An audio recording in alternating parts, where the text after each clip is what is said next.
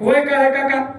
वय काय? वय म्हणलं तुमचं? 85 आहे बा. 85 वयाचं म्हातारला थंड वाजना गेले असले भावड म्हणाले. ज्यांचे मानले कर 10-10 हजाराचे 2-2 हजाराचे कोट घालून खिशात हात घालून कडकड कातरले.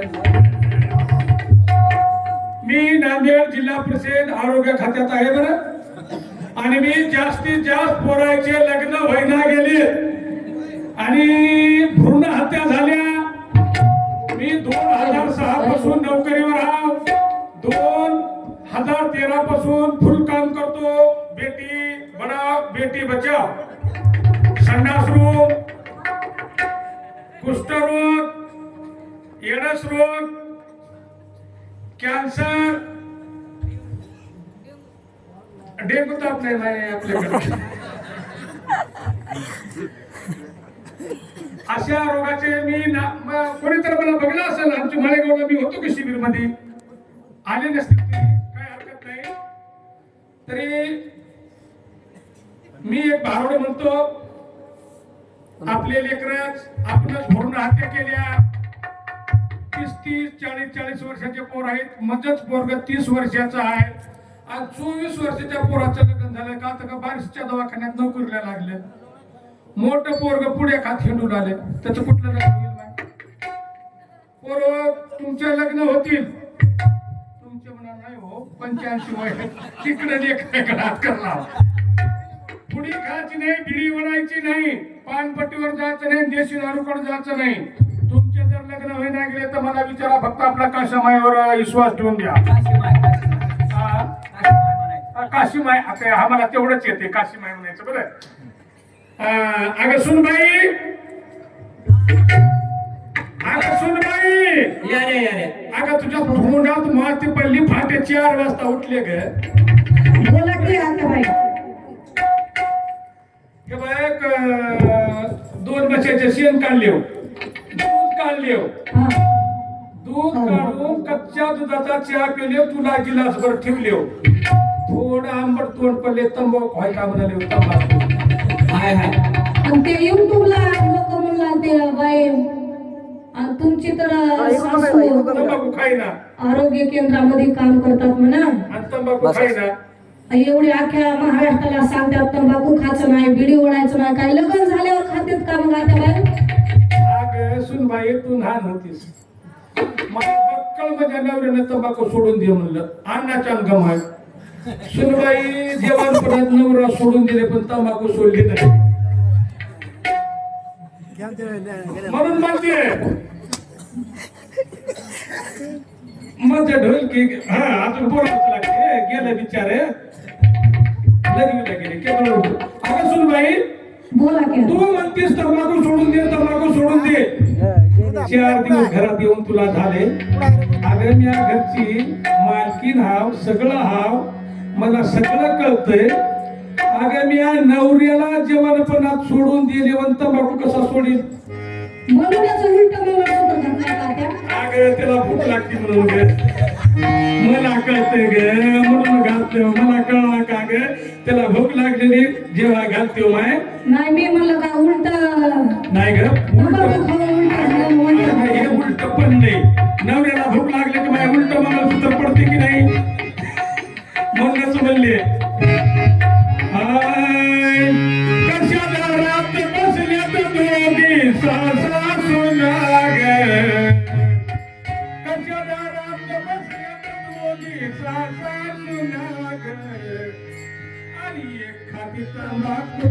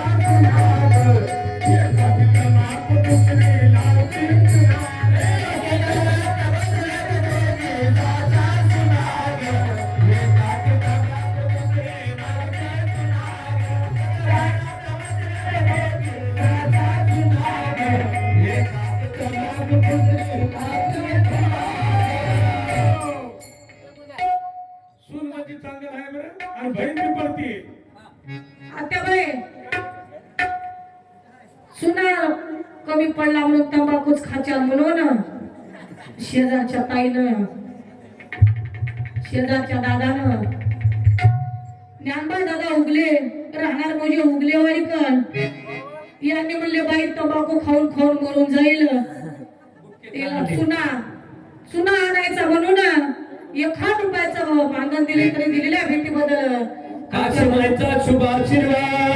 तसेच वैजनाथ अण्णा पांचाळ राहणार मौजे उगले वाडीकर या दोघांनी पण फुल तंबाखू खावा म्हणून हा यांनी सुद्धा 21 रुपयाचं बक्षीस दिले तरी त्यांना काशीमाईचा शुभ आशीर्वाद. खरोखर इथल्या मुलींना सांगू का बिया काशीमाईची शपथ घेऊन सगळं तर आमची पार्टी येऊ दिल्या गेलती माणसं मधात आडवे होते ते उगलेवाडीची माई माझ्या संगत होती बरं मोठ्याची मुलगी विचारात गाणं आहे मी तबला हे वाजितो माय लेकीचं लग्न झालं की वा आनंद झाला म्हणजे भाचीचं लग्न झालं हा पैशाला यालो माय कशा दारात बसल्यात दोघीचा साथ लाग, एकाची तंबाखू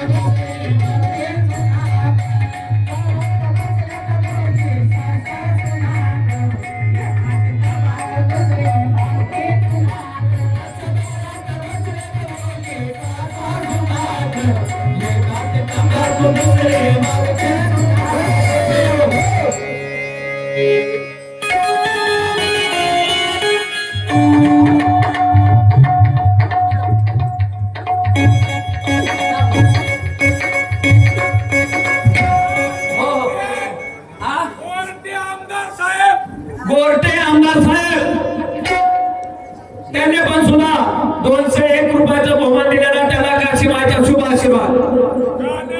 आपलं पद वंश फोर म्हणा डबल म्हणायचं डबल हा चला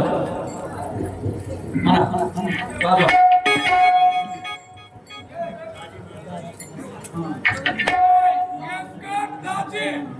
यंकर दाजी त्यांनी पण सुद्धा 501 रुपयाचा बहुमान दिलेला त्याला काशीमाईचा शुभ आशीर्वाद.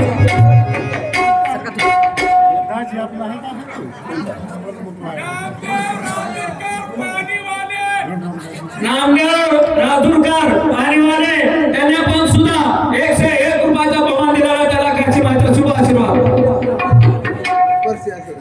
कशा दारात बसल्या दोघी सासू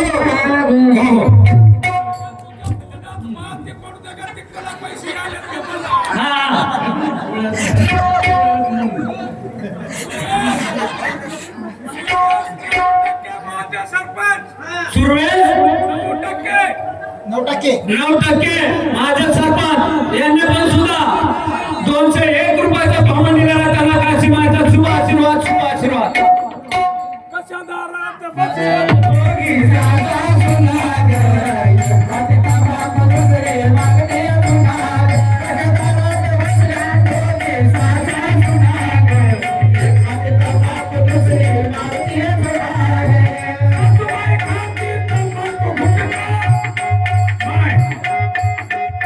ऐका मित्र हो गुटका आल सुनबाई खेळाया जाती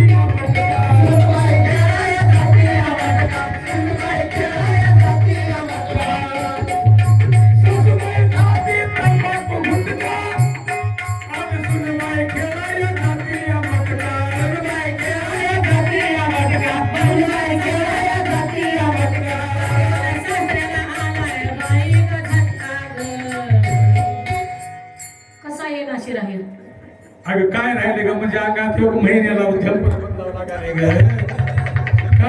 माय काहीच कुटका जाईना गेला तंबाखू खायला बायको म्हणून सासऱ्याला झटकाच येऊन गेला बरं का तिकडे तंबाखू नाही अगं त्याला बक्कल म्हशीचं दूध पाजू लागले माय दूध पिऊ लागले दूधच हागून घेऊ लागले कसं करू त्याला खूपच लागेल माय असली बाई असं सरकारी सरको आता दूध पिल्याला काय रिॲक्शन झालं का रिॲक्शन झालं की काय केस पोटात घेतला की गेले डळ हागून घेतलं नाही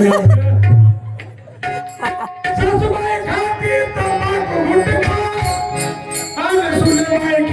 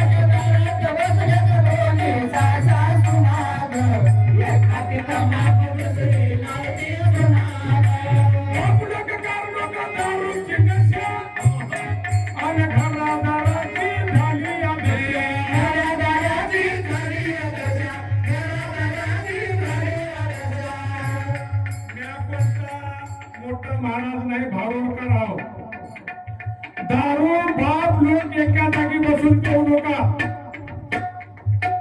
समजा की हवा बाप लोक एका जागी जर दारू बसून पिली एका दिवशी जर कोण त्याला कमी पडली कोण त्याला ध्यान झाली भांडवाले बाप लोक मारून घ्याले फाशी घेऊन घ्याले किंवा इंडियन पिऊन मराले दारू जरूर पिया सोडून दिया म्हणायचा माझा हक नाही पण बाप लोक एका गिलासाला दारू पियाची नाही आणि दारू पाजली माहीत तुम्ही मी सांगतो त्याच्या पुढे मी नंतर दुसऱ्या गीतात सांगतो बाप लोक दारूची नशा आणि घरादाराची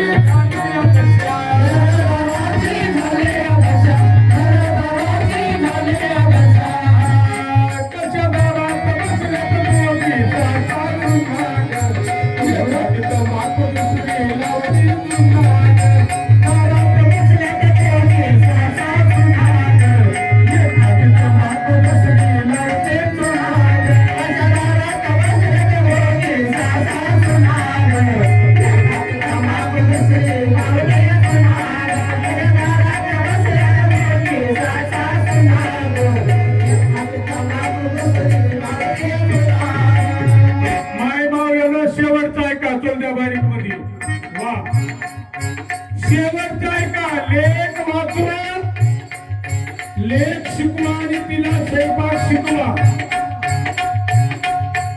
आज माझा मित्र प्राध्यापक आहे 1,80,000 पगार आहे इंग्लिश स्कूलचा मुंबईला PS साहेबाची बायको केली आहे अशी माहिती शपथ घेऊन सांगतो तिला 4 मासाच्या साखरपत्तीला किती टाका 4 साखरपत्ती करा काय करा PS साहेबची पोहोचली पहिले लेख वाचवा 12वीच्या पोळीला आता जर पुरणपोळी जर केली तर मी आजचे झाडले पैसे त्या मायबाईला देऊन आणि मी काय बाई लेखी मी बाई लेखाव बेटी बचावमध्ये मी इतका लाड करतो नाही एखादी माय माऊलीला जर माझी लाट लागली तर 3दा पाय पडतो एसटी एखाद्या माय माऊलीच्या गळ्यात माळ जर असली तर मी मला एकटा रुक्मिणी भेटली म्हणून पाया पडतो मनातल्या मनात नाड हे भारताची रत्नची खान तिच्याच पोटी जन्मले भीष्म हनुमान हिंदी मध्ये बोलत नाही येते पण मराठीमध्ये सांगतो तुम्ही एवढे भारी आहात तुम्हीच दुर्गा माता तुम्हीच पार्वती माता पण एकच काम करा म्हणजे माय जांभळ्या द्याली आता सकाळच्या परी म्हणजे बाईला 5 रुपयाचा म्या पाठवतो लेख वाचवा लेख शिकवा आणि तिला स्वयंपाक शिकवा त्याच्यामुळं मुलीला किंमत राहिली नाही मुंबईला मजाच घेऊन याला 1,80,000 पगार आहे कपडे धुवे एक बाई स्वयंपाकाला एक बाई तुमच्या घराला बाई येणारी अशी अंघोळ करून येत नाही माझ्यासारखे कपडे गुंडाळले की येणार स्वयंपाक करून जाणार बदलून घाम घालणार तेच स्वयंपाक करणार लेख वाचवा लेख शिकवा सुनबाई करते आणि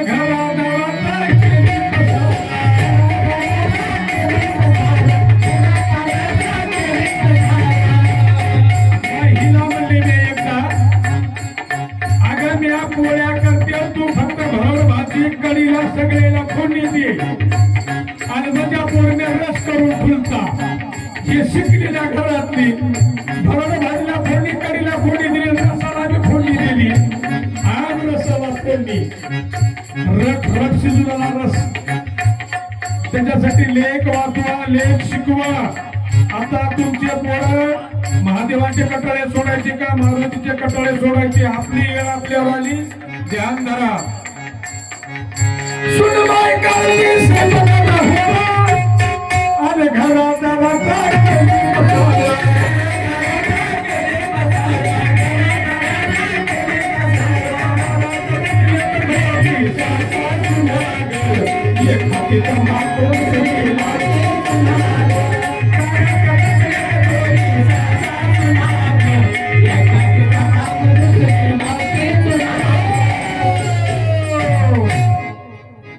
उगलेवाडीची माय कारभारी दिसलं का माझं आता बाबा त्याच्या तोंडात माती पडू दे बापू धाब्याला चल रे रोड न 17 बाऱ्या सांगले धाब्याला जाऊ नको काशी माहिती जत्रा शाळेमध्ये जेवण आहे तिथं नकर वाढ आणि माहिती जेवल्याशिवाय मी पाणी पिना माय किती लोड झाली लय खराब झालं किती लोड झाली तरी हाक मारत नसते कारभारी हाय बाय पत्ता तुझ्या तोंडात माती काही म्हण नाही मग कपाळाचं कोको आहे काय म्हण अन्नाचं गम आहे काही म्हणा गम आहे कपाळाचं कोको आहे बाया हुशार कारभारी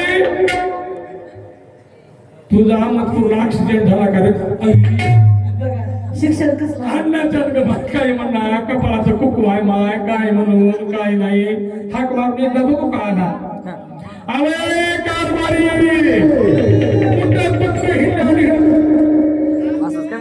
कपाळाचं कुकू आहे माय दहाच्या वरी फक्त 1% सोडायचं वर सोडा काय का 10च्या वरी कितीपर्यंत सोडा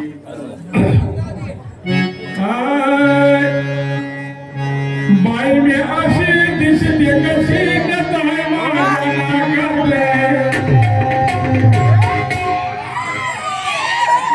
बाई मी अशी दिसते कशी आहे माझ्या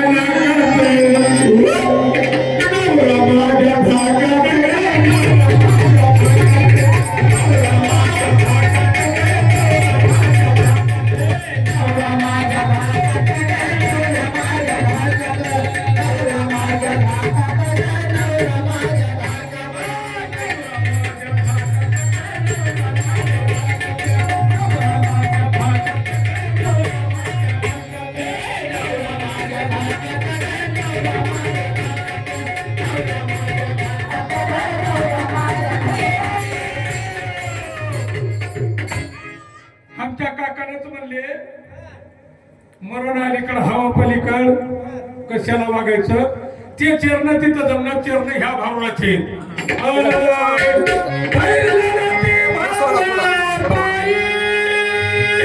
भाऊ माझा पाठिंबा नाही शेजारच्या बाईला एखादा भाऊ राहू नये आणि तिला भाऊ दुसरी येऊन शेजारच्या बहिणीला घेऊन जाऊ तिला चरचर खाटकाच्या दारात गाईला कापले इतकं तिच्या अंतकरणात काळजात का म्हणजे तुमचं गावाचं नाव काय काजळीपूर काजळ हे प्रकार काजळ का आपल्या काळजाचं हे प्रकार आहे काळीत कापले इतकं तिला दुःख होते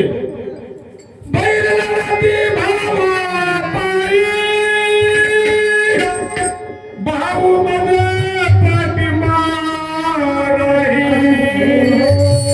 आणि बाईने अशी दिसते कशी नाही माझ्या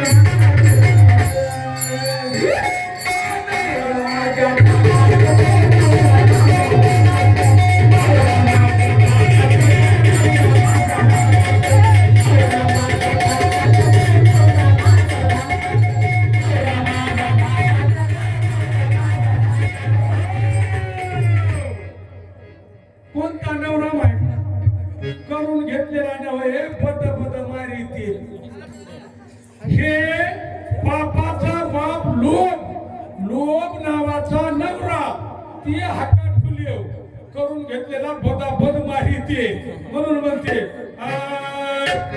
लक्ष्मणाला शक्ती लागली किती होती रामाची आयुष्य भाऊ आपल्या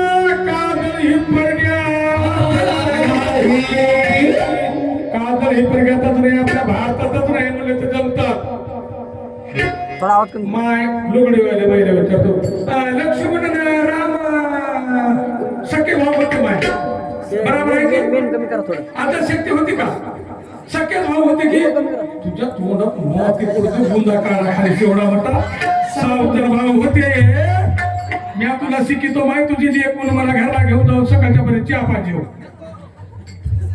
सावतर भाऊ होते तर तसे वागले सख्खे भाऊ नव्हते मी सत्य खात हिरतो बाहेर बोललं तर माझे सख्खे भाऊ दुर्य सरकीतात हो काशा माई शपथ बरोबर एका भावानं 9 फूट दुरासर केलाय सरकून आपण चला तो द्या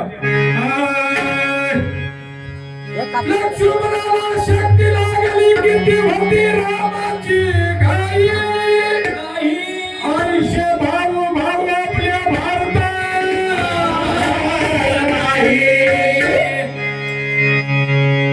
मंडवधरीला स्वप्न पडले पलंगावर बसून विधवा बाईने वटी भरली उश्याला बसून बसल्यावर स्वप्न पडतात का पडणार घरला सगळे उलट की काय होते